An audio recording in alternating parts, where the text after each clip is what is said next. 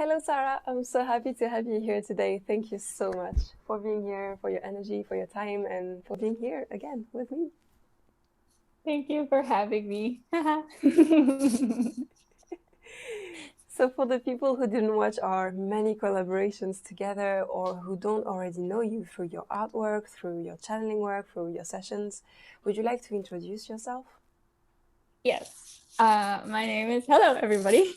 My name is Sarah, and I used to be like, I'm an Akashic Records practitioner and artist, but I feel like yesterday I was thinking about this. I was like, I'm just going to say I'm a channel. Um, and I work mostly with the Akashic Records, and lately it's been expanding.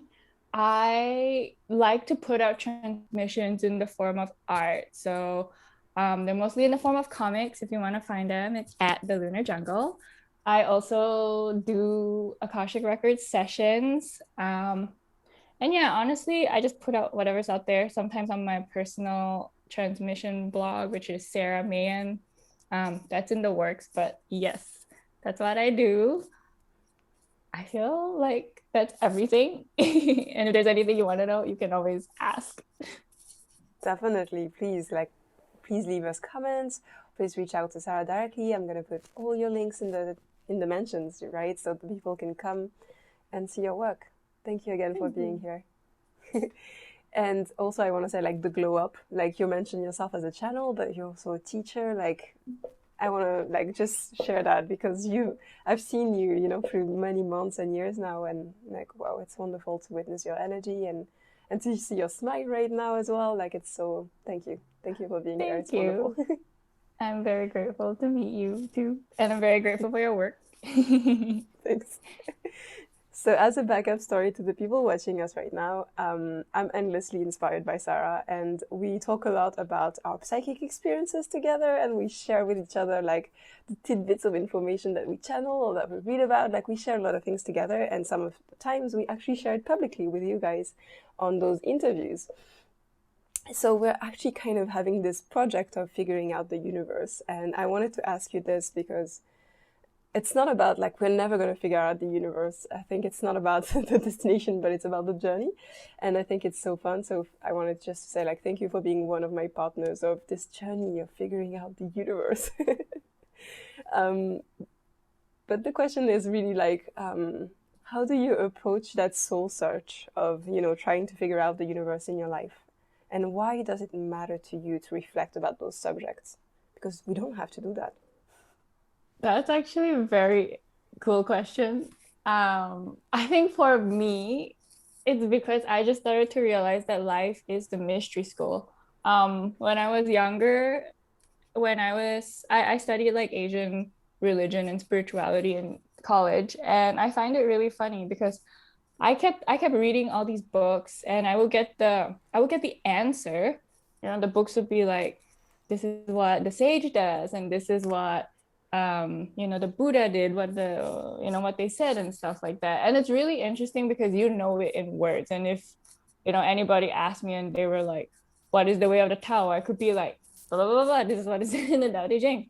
But when I started to realize that experiencing when I realized that there was a component to learning that was experiencing and not just like academic reading, that's when it really started changing. And I think experience is like you are the alchemist, and when you experience and when you start to actively realize that you have choices to make and things that you can change and that you are in control, you actually start the alchemy of transmutation. So for me, I kind of see it like in my life. I was born on my Pluto line, so I had a very hard time growing up. And now I can see that I'm very grateful for it because what those I don't want to say they were hard times, yeah. What those hard times did is like visually when I see it, it's like it comes to me as a shadow, and because I'm like experiencing it, I'm going through and it's not fun, but now it's coming out on the other side of me as light. And when I transmute that into light, I see myself like personally on this earth grid. And now with that light, it's like that light can touch more things and more things can change and be transmuted. So in a way, it's like this journey for searching for myself is also a way of being that pillar of light on the planet, and other people can experience that pillar of light too, and they can start to become the pillar of light. Does that, I hope that makes sense. It does. Yeah, but I think, yeah, I feel like really complete with the answer actually. Yeah. Perfect. I was wondering also, like, is it the Sagittarius North Node that we both share? Like this quest of trying to go towards the center of the universe or something, like trying to understand. And actually, I was kind of thinking about beliefs today, like we're within questions, right? We're within like the like the forever journey of trying to figure out something. And I was explaining kind of what I believe in and like what I think about different things, including what you just shared yesterday in your stories, which was fascinating. But I was explaining to my partner like this erosion on the Sphinx and what it means and what it means, like it's much older than the pyramids. And I was explaining to him like the archaeological research, and he didn't really like believe in it. And we started talking about like what we believe in. And then the day after, which is today, I was like, for me, belief is just like capturing different ideas that I'm gonna let be within me so that I can explore that concept, but it doesn't change my identity or my personality. And I'm ready to drop them whenever I found a more resonating truth. So that was kind of like the whole like Sagittarius North Node again, which is all about, finding that meaning, gathering it, adding to it, kind of making a recipe or an algorithm out of it, and then sharing it with others without saying, this is the truth, right? But just saying like, this is one of the facets of the truth, and it's exciting and it's full of innocence as well. So I was having fun in that, and I mean, that's my joy for me, like, to explore and research and channel and then share it with others. It's full of innocence and joy, and yeah, I think it's fun. Anyway. I really resonate with that, especially the one where you said that you can take all these beliefs and then whatever you don't want, like it's okay. But it's really good to just be curious and like to ask questions. And when you're just seeing all these different things, that's how you learn, right? Because even though it might not resonate with you, it's still a piece of information that can be true to someone else in the universe. So yeah, that's really cool. One of the things that we have in common in that search is books, reading books. I wanted to ask you about books because what we're doing right now is creating a book club, right? Yay. and I wanted to ask you like about, we're talking about channeled books. We're talking about books that expose you to a different reality. It's kind of taking you out of the matrix, and it's kind of explaining a lot of things that are not usual, let's say. So I wanted to ask you about like what is, for example, the first book that you found within this realm and how it impacted you. Ooh, the first book. Actually all the books I read when I was a kid, those were codes. I know it. They were like kids' books, but they were codes. There was one called like Hannah and the Angels, where I think that's the name of the book, where this girl, she would have three angels, and they would like show her places, and in her sleep she would go to like New Zealand and all these places in the world to help like stuff that was happening there. That was a code, and that was, even though I was not consciously aware of it, I think that was the first book that really started to like open up my imagination to the possibility of teleportation and like spirit guides and stuff like that. Because it's a really good book. I would read it again.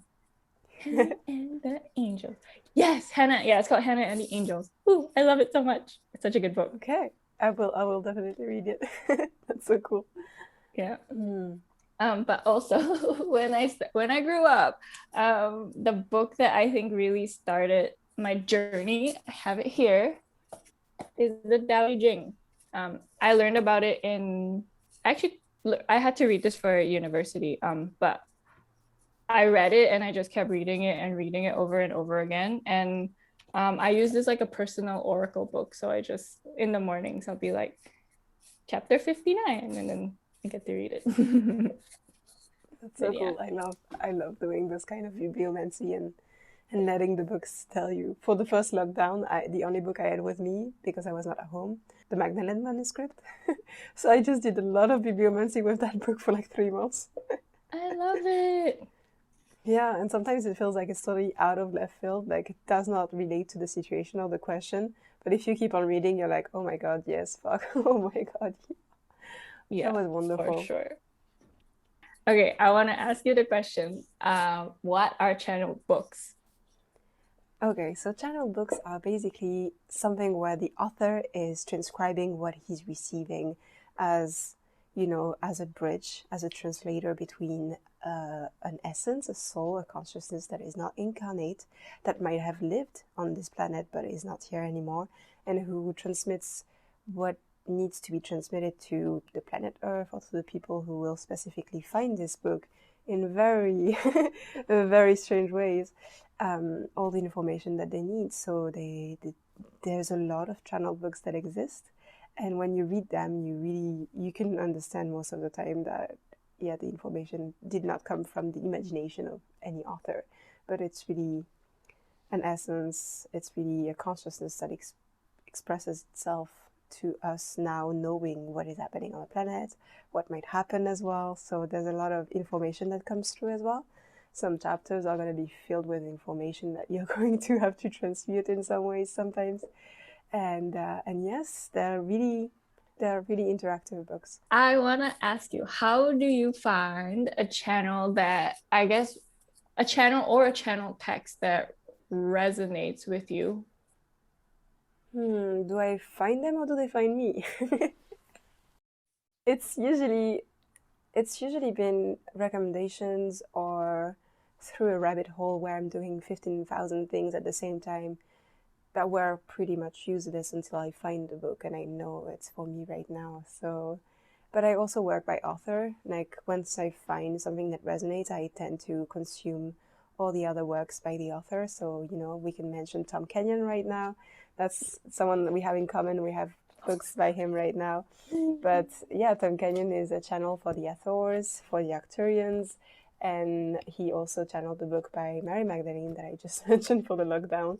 And yeah, you just know that this person comes from, studying the brain and neuroscience, and then suddenly starts singing different sounds and understand that he's channeling another type of consciousness called the Athors. And yeah, if I was to mention that book, it's been super helpful. And the way that, for example, this book found me is that there's a French version that I believed was the same as this one. It was actually a specific edition that he just did for Canada and France, but it found me in the street. Like I just found it in the street, which was very strange because I had been looking on the website for a long time, wanting to buy those books. And I'm based in Europe, so it's very expensive to buy books from North America with the postage and stuff. I couldn't afford it. And a week later, I find it in the street in French, and I was like, okay, you got me. And then this version found me through you, and thank you so much. So I think I don't find the channel books, but they find me. What about you? Do you think they find you too? I love that. Yeah, they find me too. It's like I will have a word or a theme that I'm researching or I'm supposed to be learning about, and then I go into the bookstore and then suddenly it's like if I'm learning about time and then all the books about time just like come out, or the books will follow me around. So I play this game with myself or with spirit. I'm like, okay, if I see the book 3 times or the book comes up 3 times organically, then I know it's for me. So there will be some days where people will just like say a phrase. So like there was this book called The Seed of the Soul, and people would just start to say words like, oh, the phrase, the seed of the soul, or they'll be like, I'm reading this book, The Seed of the Soul. And like one day, I think it came up 3 or 4 times, and that's how I knew I had to read it. Or another game I really like to play is I go to the bookstore and I'll just be like, I set the intention that any book that I'm supposed to be working with right now will find me. And then it's like the most, I wouldn't call them strange, but like the most obscure books. I go to this bookstore a lot. I'll like walk around and I literally know what titles they have on the shelves. And like the most obscure book will just like pop up, like Plant Soul Speak. And I'll be like, oh yeah. And like that's how I know that I'm supposed to be working with that book for now. That's so good. That's wonderful. I love how like it finds you and you're like, oh, it feels like with those TV shows where it's like faded and you have like the light coming up and you're like, oh, but it's real Yeah. life and it does happen. Um, I'm gonna ask you the next question, and I wanted to ask you, what do channel books do to us or to you specifically when you read them? I find channel books, what I really appreciate about channel books, and I don't want to say like a good channel, but more like a, how do I want to say it? Okay, I'm just gonna say a good channel because I can't think of a better word for it. But the right channel, yeah, the right channel for me is always a person who they just channel the being that they are working with, and they allow the being to just come through. So instead of injecting their views onto it, they allow the being to just channel what they want to say. And if the author wants to put their opinions or their views onto it, they do add like a little side note. But with those kinds of texts, they really allow me to remember. I think that's a really important part of channel text, because whatever it comes through in channel text is actually not something that we don't already know. Like we know it deep within, and when you read it, like you know it because it resonates in within your heart. So that's what I think channel texts do to me. So I kind of see them as codes, and they come in and I'm free to integrate them in any way that I want to. I'm free to see them because they're multi-dimensional codes and you're allowed to see them from any different point of view that you want to take them in. They allow me to work with them in the ways that feel right for me. Yeah. I love that. I really love that. I was also thinking about, those books that have like exercises or like different Oh yeah. meditations, or even different photos where you're feeling the energy from the photos. And I love those moments where it feels like you're in a capsule, out of time, out of space, and it's you and the book, and you're being like you're being communicated so many things because it feels kind of like the book knew it was going to find you as well.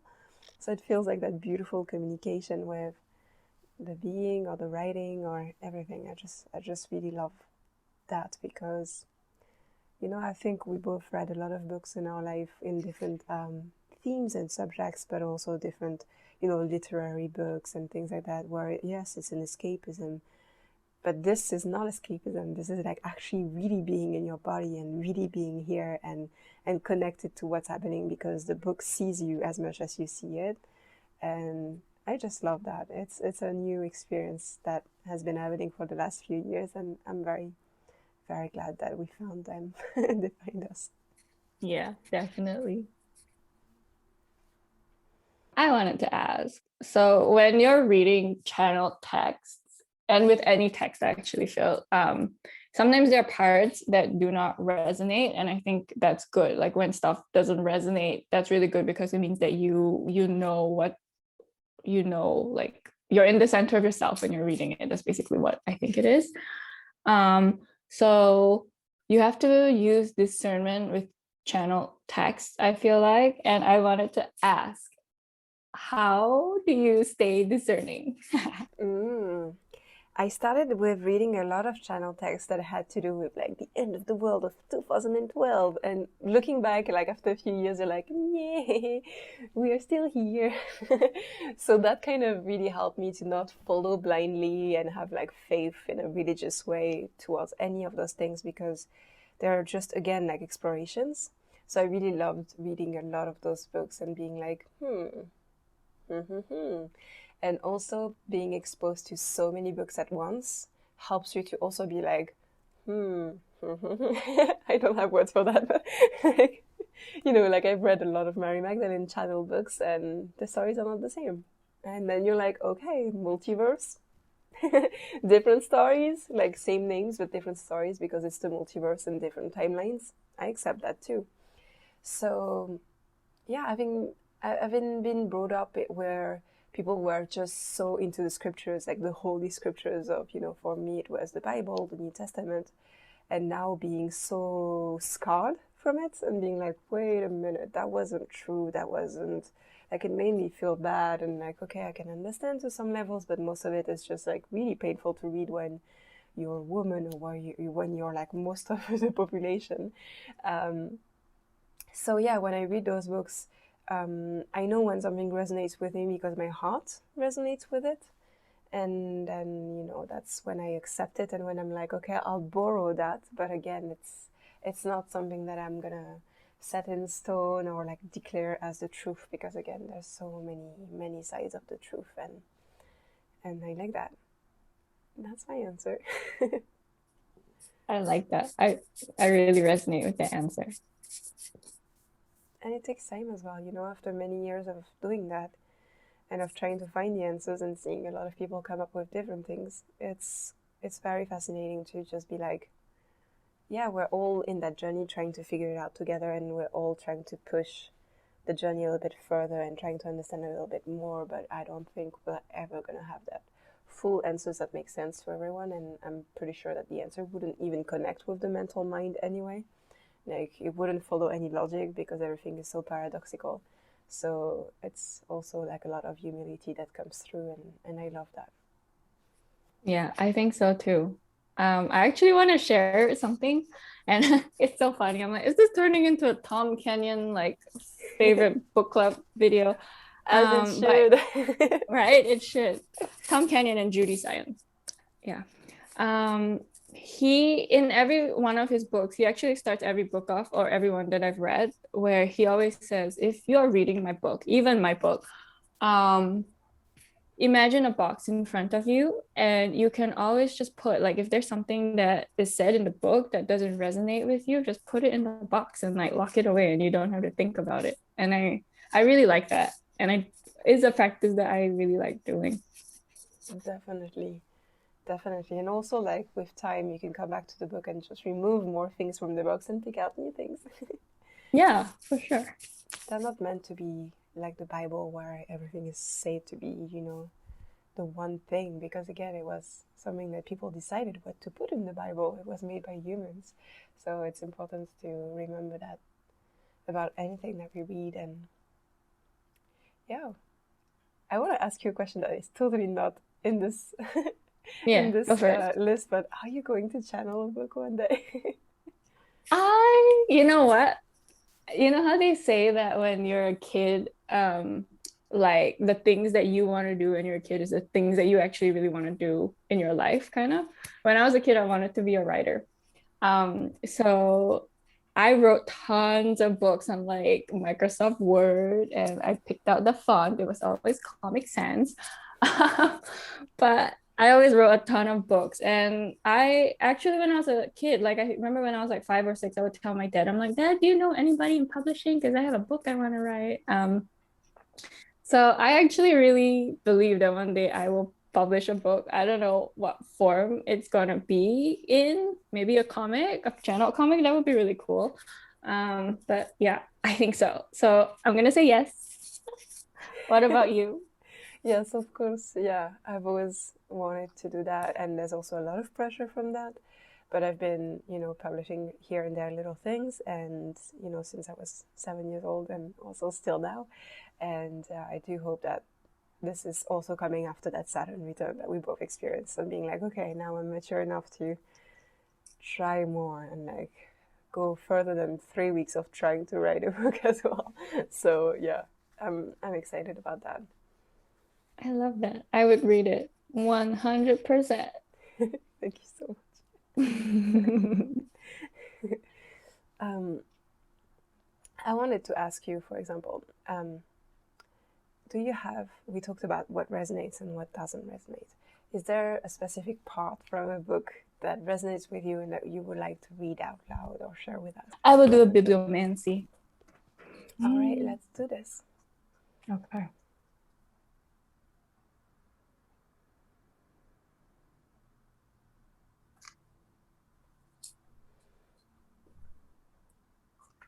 Haha.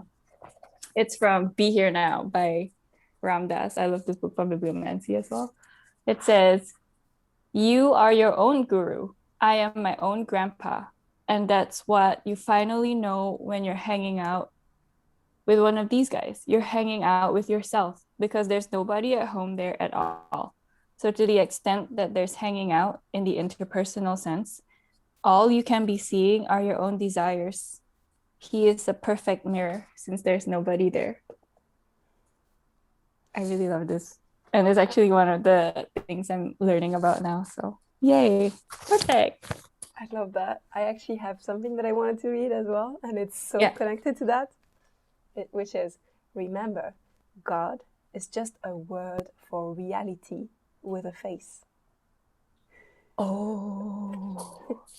And that's by Richard Rohr in The Universal Christ. The Universal Christ, yeah. That book is on my list. It's so good. It's really the best. I was gonna say there's a similar one in this book. It's called Treat Everyone Like You Meet God in Drag. I really like that one too. Yeah. Oh, that's beautiful. Yay. That was a good share. Okay, this is the time where we go, these are the books I love. So what books do you return to? What books do I return to? I love how I was just asking you the question, but I was not thinking about me, like what would I answer? What books do I return to? Okay, I do return a lot to a book by Richard Rudd, another Richard, and it's called The Seven Sacred Seals, and he's the man who channeled the Gene Key system based on the human design system. And the Seven Sacred Seals is not something that people talk a lot about, but it's basically a prayer book. It's 7 seals that are sacred, that channel different lights, different rays, and the chapters are purely just ceremonies that you do with yourself by reading them out loud.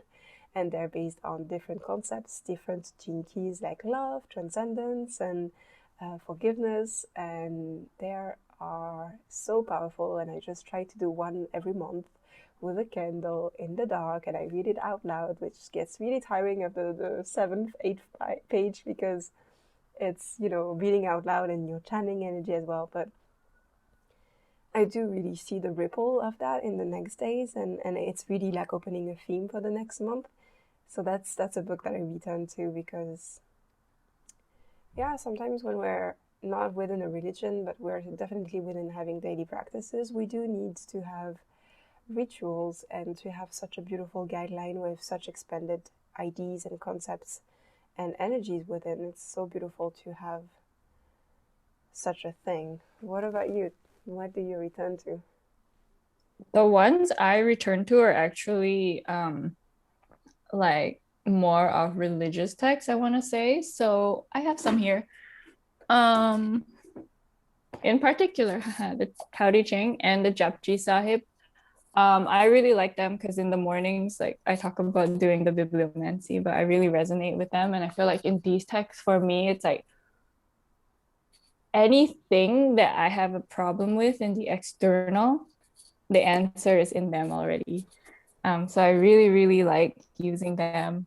I would say these are the 2 books I return to. I actually also really return to the Hathor's book and the Arcturian books because there's a lot of energy practices in them. So I love doing the practices when I remember to and when I feel like I'm up for them.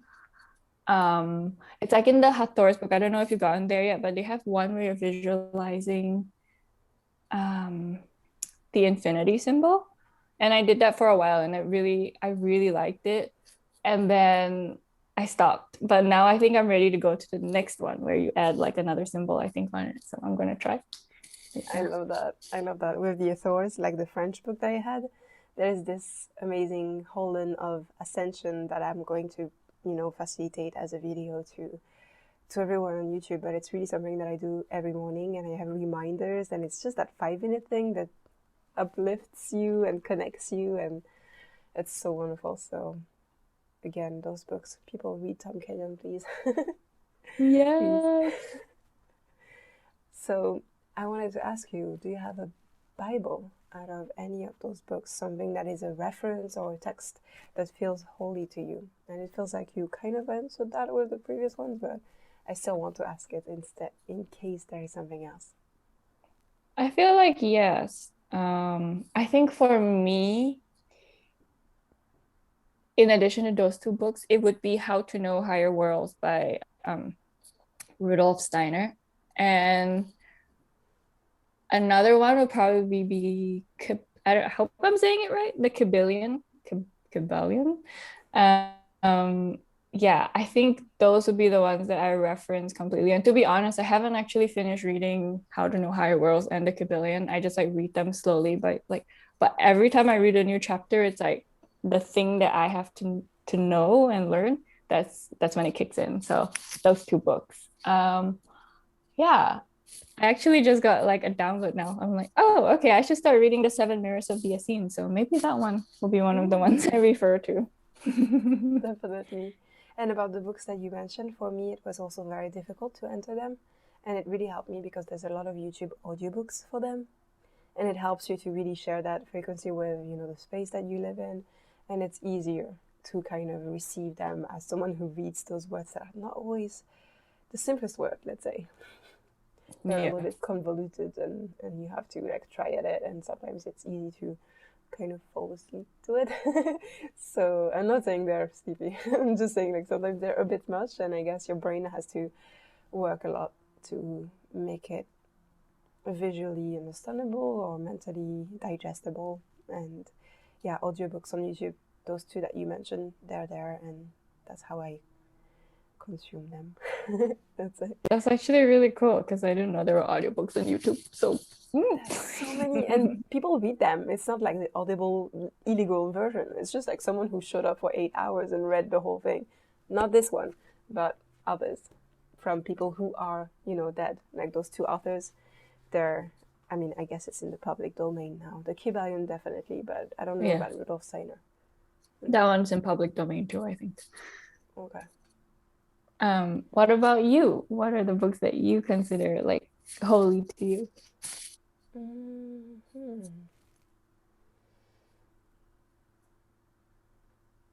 I don't have one coming out right now. It's okay. Yeah, it's okay. There's okay, the one that is showing up in my eyes right now, it's compilations of articles about a man who was a Sufi in the 20th century. So he's a Turkish man who was published in the newspaper, and he wrote about love and Sufism. And it's a book that two of my friends got me for my birthday a long time ago, and it really, really, really, really shook something, and I really love to return to it and just read one page at a time. Sometimes it's a beautiful book. Awesome. What's the book that will be an inner Big Bang, but you haven't read yet? I think like most of the books by Rudolf Steiner, I do know that there's a lot of like I just know there's truth in it, a lot of truth, and I guess it just takes time to be ready for them and to let them kind of rock the foundations of what you think reality is and where we're heading. So I got a lot of informations on what he shares through a lot of people that I respect that explore his ideas and share them. And yeah, I kind of know that the minute I I read most of them, and especially the one about Jesus, I think it's going to be very intense, and can't wait for that. What about you? What is your next Big Bang book? I think it's gonna be the holographic universe. I don't know. It's actually really funny. I went to the bookstore looking for that book, and there was another book beside it, and it just kept like showing itself to me. So I got that one instead. And that one was a really helpful book. But yeah, I think when I'm ready, it will be the holographic universe.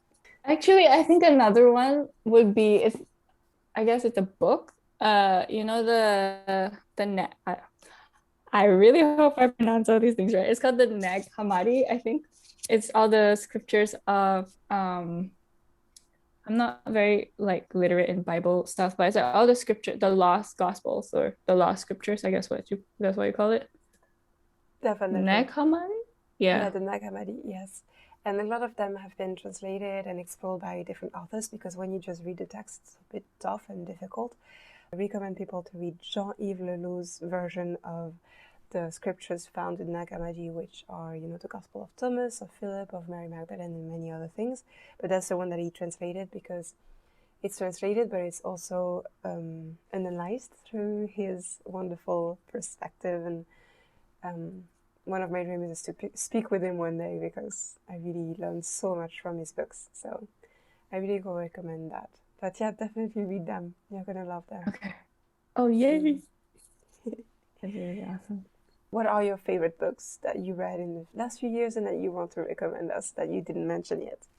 Okay, Conversations with God is like the top one. I really like Conversations with God because it really shows you that there is a God out there who is not about punishment or about like judgment. It's just that being out there is you, and that being just wants you to be you, however you want to be yourself. So that was a really life-changing like text for me.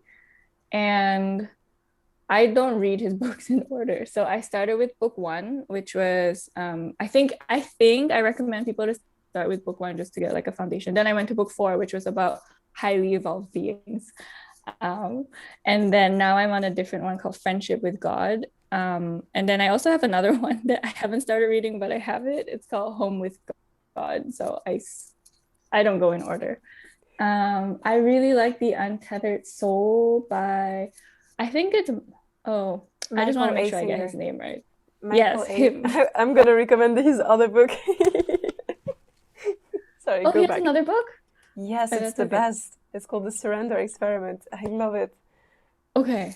And this is good for anyone. Like, you don't need to know anything. Just reading this book shows you how to lead a life where you follow kind of your intuition and spirit, and how it leads you to like that fulfillment and really communication with your community and being involved on this planet. And this book is such a thing, and I love it. And I recommended it to so many people who are really not within the world that we are in right now.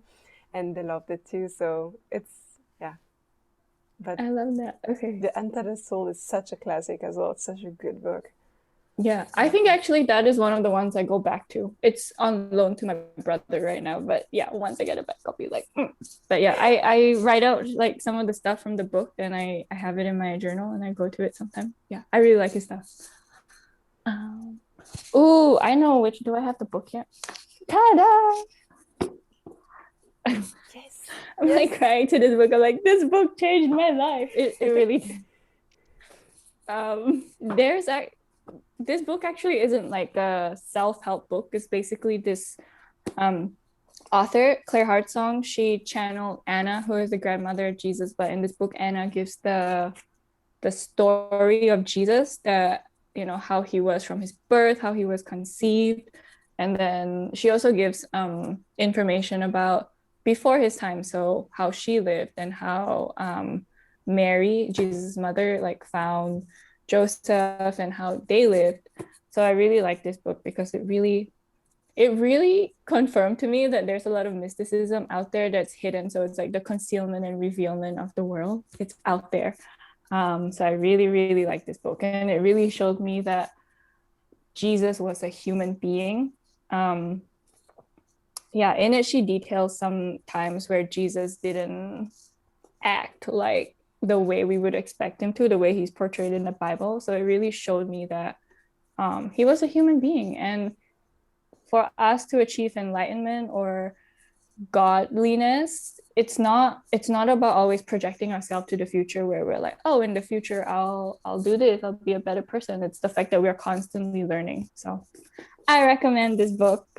That's definitely this. I have that moment, that realization that came through this book is, you know, they are like the Holy Family. They're like highly evolved beings, and we see them being angry, being jealous, being unsure, and having all of those instincts which are very human, and then, you know, dealing with that as it arises, and then choosing the next action, which are going to be, you know, what they are going to be. But to remove the shame that we have when we're like, oh my god, I should be like higher vibrational, like I should not be jealous. It's like those people got jealous.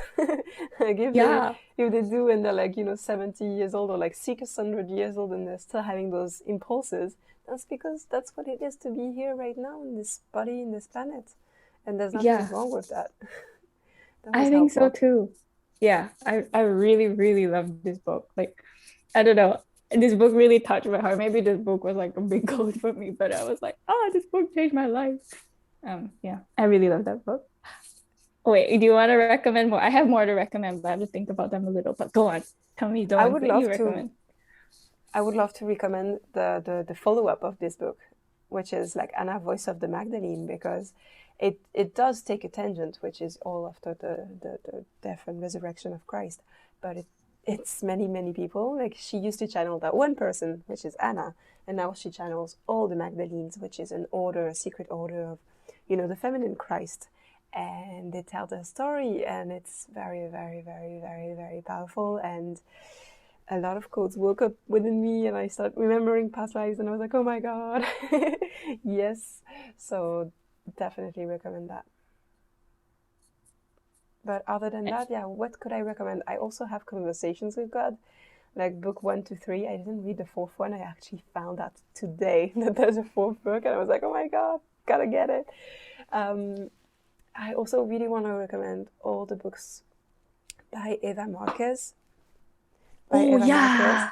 Yes, like the Pleiadian Code series from 1 to 3. I mean, all her books are wonderful, but those are wonderful because it shares what I love the most about those channel books, or those books that give us information, is when people, which is the opposite of what you said before, but when people are themselves being psychics and kind of telling you what the life is, and then there's the channeling, and then the exercises, and then kind of the life lessons of them. And they don't give their opinion about things, and they don't change the original text. But there's a beautiful integration, and we see the information through the integration of what happens to them after and stuff. And that's what I love about those books, or the next ones that I'm going to recommend, which are the books by Jim Pathfinder Ewing. And there's one called Reiki Shamanism. There's one Connecting with Plants. There's one like Healing from a Distance, like healing the spaces.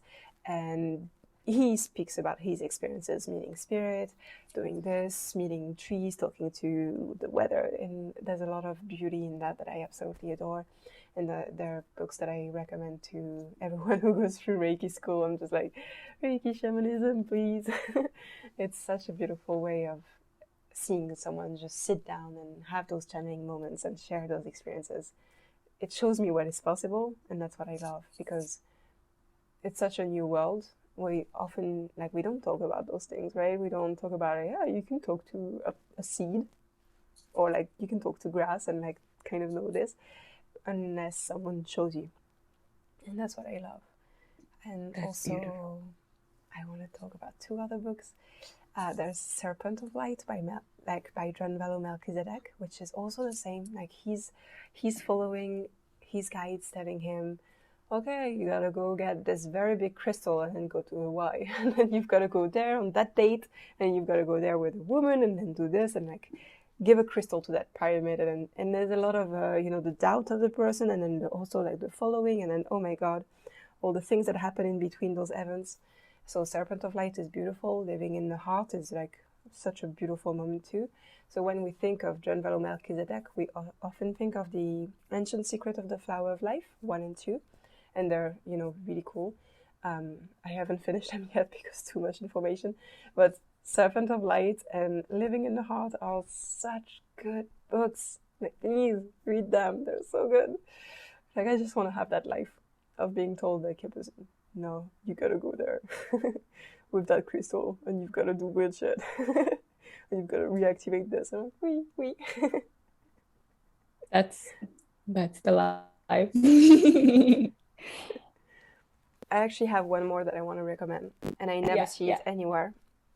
It's called Navigating Dimensions, Reminders for Remembering, Awakening and Ascension Guidebook by Lisa Transcendence Brown. And it's a gigantic book. It's like an encyclopedia about waking up and about becoming the crystalline body and like all the things that come in between. Everything he described. I read it in 2016. I was so lucky to find it somehow on Kindle Unlimited, and I got it as a physical copy now, and it's such a guide. I can't believe like this much information is being channeled by someone and shared, and it's available to all. Like this book it's the GOAT. It's everything. Like if you have questions about anything, just grab that book. It's an encyclopedia. It has every entry. Okay, that sounds like a very interesting book. I might search for it. Oh yeah, please. Kindle Unlimited again. Yeah, and you wanted to mention something about like where can we read books as well? Like I'm Yes. Oh, but I want to mention one more book. It's the Celestine Prophecy. It's a really it's a story, so I really like it because it's not like facts being bombarded at you. But I don't know, that book I started at when I started awakening, and it really, I think one of the most important one that it like lesson that it taught me was how to appreciate people and let them be. So like energetic, not boundaries, but it's like you be yourself, the other person be like themselves, and you're cool, you vibe with that. I really like that book. Another one I really wanna, it's not I really want to recommend, but I feel like it's really good for people who are just starting out with energy work. I recently completed it, but it really showed me that energy can be playful. It's called Energetic Boundaries by Cindy Dale. It was a really fun way to know that energy isn't just like, with Reiki, it's always like, do this and stuff like that. But it really showed me that you can play with shapes and sounds and like protection ways and stuff like that. So yeah, that's the last one on my list to recommend. I love that. I haven't read it yet, but I love her work, so I'm gonna jump on that and explore. Yes, Thank you so much. No worries. But yeah, we have, what was that thing? We wanted to recommend websites to find books. Well, not websites, Yes. but like apps. I don't know how you say it. Yeah, I do want to say that there's a lot of information on Kindle Unlimited. There's so many books there that we also mentioned. So if you want to try, this is not sponsored. This is absolutely not an ad. But like if you want to access books and you don't have thousands of euros to spend on books, which, sometimes that can be a lot when you want to read all the books in the world. There's actually a lot of channel books on Kindle Unlimited. So you can try, you can even do the free trial and have fun for 30 days until you are satisfied and you want to try other things. And what about you? You know things that I don't know. Share with us. I want to share, so like Kindle, there's Kobo Unlimited, so it's for people with Kobos, but you don't actually need a Kobo. You can download the Kobo app on like your computer or your phone and you can read through there. They have a 1-month free trial too. So ta-da! I think Conversations with God is available on Kobo Unlimited. I'm not sure, but I'm pretty sure I read it when I started the trial. What else? Oh, there's Scribed, so like SCRIBD. That one has a free trial too, and it has books and audiobooks. So what I really like about that one is like if I'm reading a book and I get lazy, I just go find the audiobook version, and then they'll like go a few chapters, and then I go back to like the physical book. So that one's really good. I think I just learned that it's only for people in North America, but you can borrow ebooks from your library and it like gets sent to your e-reader if you have it. So maybe your library might have that. And the last one is called abebooks.com, ABEBOOKS.com. I use that one for out of print books and also used books. So it's, it's like cheaper and kind of, I personally think it's good for the environment, but I don't know. But I really like books as well. Yeah, and the app that you were mentioning about, borrowing books and ebooks from your public library, it's called Libby, and it's by Overdrive. So you will see they have 2 apps on any app store. And that's when you just have to enter like the number of your library card, and then you just get, things are on hold, there's waiting lists, but you pretty much have access to a lot of things. You're so lucky, guys. Please sign me up to a North American library. So the reason we have all of you here right now is that we're actually announcing something. What do we have to announce, Sarah? We are starting a book club.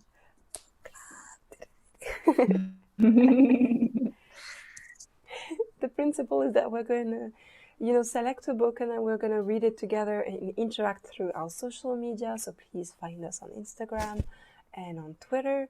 And we're going to create interactions through the books, through the quotes, through experiences. And we're going to then talk about it together. And then we'll discover another book together and then another book together. And it's kind of a way of creating a community and feeling connected through anything that we experience, and that could also be books. So what is the the first book that we start this book club with? It's called The Prism of Lyra. It's by Lisa Royale, and I know her work through the Galactic Heritage deck. So she made a deck of oracle cards where it's all like about galactic beings, I guess. So I really like the book that comes with the cards. I use the book more than I actually use the cards. So I'm really excited. I'm actually really excited about this book because it's been on my list for a long time. That's so good. And you can find it in a lot of places. I actually have one of those cards right now. I left Paris and I just took one with me. Pleiades! Hey, balanced relationship 8-8. I don't know, it's the one that keeps coming for me right now, so it's my bookmark for the SOR. And so everyone, we're reading The Prism of Lyra, and she is registered as Royal Lisa or Lisa Royal. Sometimes it's Lisa Royal Holt. Like I remember there's a H-O-L-T. But it doesn't seem to be here right now. So The Prism of Lyra, it's not a very long book. It's very powerful, it's very helpful, and we hope that you're going to have fun with it. And we will see you very soon. Thank you so much, Sarah, for being here. And thank you for this work. I'm excited. I'm really excited too. Oh, yeah. That's all that we have for today. I'm supposed to be closing the video, but I've never done it before, so I hope this works. But it's really nice to be with all of you here today, and I'm really excited because we get to start reading together. If you have any questions, or even if you want book recommendations, I'm up for giving them. So leave a comment, and yeah. And if you have books to recommend us as well, or even we could set up a vote for the next books that we read as well. But for now, we're just focused on The Prism of Lyra. But that would be cool to have your input. Yeah, thank you. Definitely. Thank you. Bye-bye. Happy reading.